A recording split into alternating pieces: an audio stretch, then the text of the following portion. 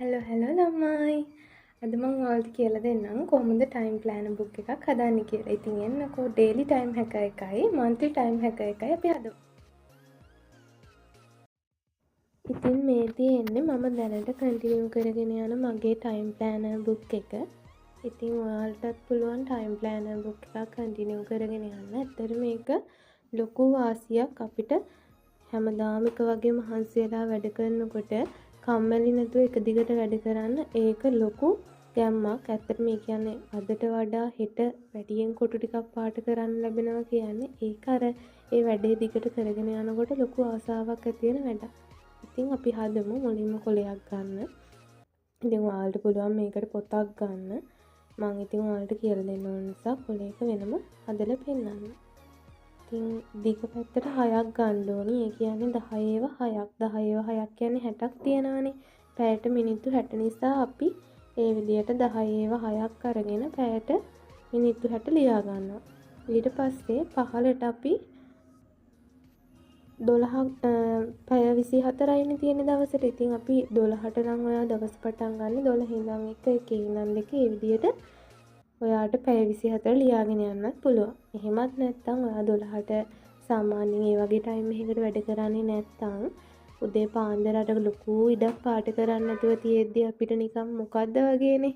ඒක නිසා ඔයා වැඩ පටන් ගන්න වෙලාව උඩින් ලියා ගන්න පුළුවන්. ඔයා උදේ 6ට වැඩ පටන් ගන්නවා නම් 6 ඉඳන් 7 7 ඉඳන් 8 ඒ විදිහට පැය 24 ලියා ගන්න පුළුවන්. ඉතින් ඔන්න ඔය විදිහට ටයිම් ටේබල් එක හදලා ඊට පස්සේ highlight pen ටිකක් ගන්න. ඉතින් ඔයාලට පුළුවන් ඔයාලා හදාගන්න ටයිම් ප්ලෑනර් කොලේ හරි පොතේ හරි to do list එකක් ලියා ගන්න. ඒ කියන්නේ උදේ පාන්දර නැගිට්ටට පස්සේ ඔයා මොනවද අද කරන්න හිතාගෙන ඉන්නේ කියලා ඔයාගේ ප්ලෑන් එක පොඩියට ලියා ගන්න එක තමයි කරන්න ඕන. ඉතින් ඒකත් ලොකු සපෝට් එකක්. පුළුවන් තරම් ප්ලෑන් එකක් ඇතුව වැඩ කරන්න. පුළුවන් තරම් කරගන්න බැරි තරමට නෙවෙයි සාමාන්‍යයෙන් කරන්න පුළුවන් තරමට වැඩ ලියා ගන්න. ඒ දේවල් ලියලා කම්ප්ලීට් වෙන විදියට හරියක් දාන්න. ඒවා එක දිගට වැඩ කරගෙන යන්න හොඳ ස්ටඩි ටිප්ස් වෙනවා. ඉතින් අපිට පුළුවන් ෆිසික්ස් වලට කෙමිස්ට්‍රි වලට කම්බයින් වලට පාට වර්ග 3ක් ගන්න.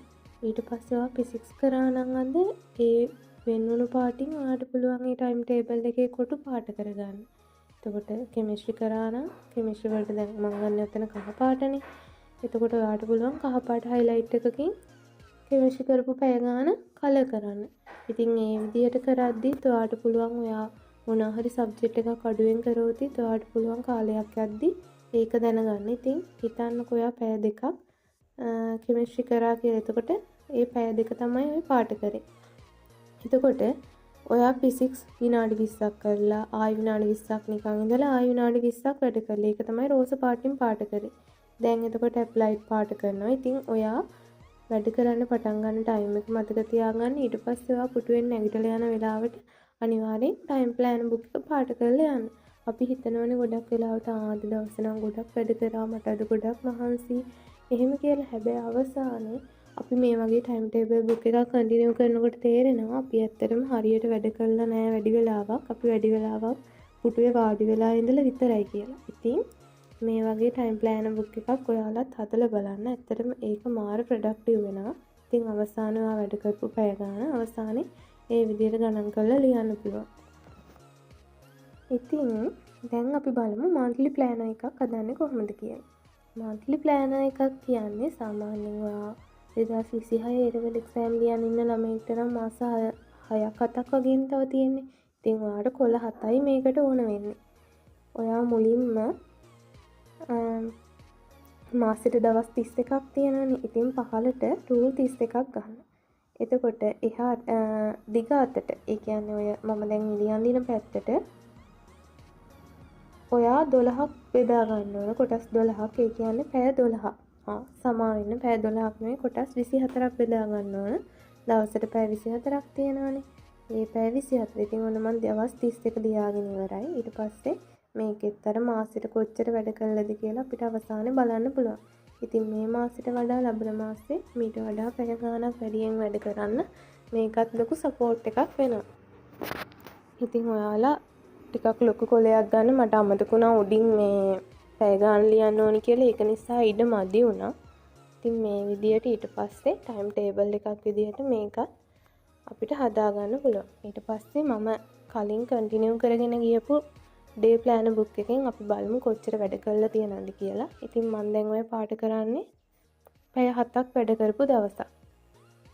ඒ විදියට ඔයාලත් ඔයාලා වැඩ කරන දවස අවසානයේ monthly planner එකත් කන්ටිනියු කරන්න. ඉතින් අවසානයේ මේ වගේ දේවල් දකිද්දී එක දිගට මාස ගාණක් ගැම්මෙන් වැඩ කරන්න මේව ලොකු සපෝට් එකක් වෙනවා. ඉතින් ඔන්න ඔය විදියට ඔයාලට පුළුවන් මේක කන්ටිනියු කරගෙන යන්න. ඔය තියෙන්නේ 5 වෙනිදා මම පැය 8:00මාරක් වැඩ කරලා තියෙනවා. ඉතින් ඒක තමයි දැන් මම මාක් කරන්නේ. ඔන්න ඔය විදියට පැය 8:00මාර මාක් කරගන්න පුළුවන්.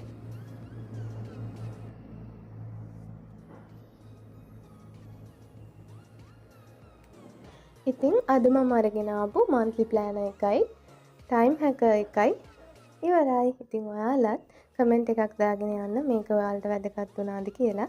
ඉතින් එහෙනම් අදට මම ගිහින් එන්නම්. ඔයාලා හොඳට වැඩ කරන්න, මහන්සි වෙන්න උත්සාහ කරන්න. ඉතින් එතකොට අපිට බැරි දෙයක් නැහැ. එහෙනම් හැමෝටම all the best. bye.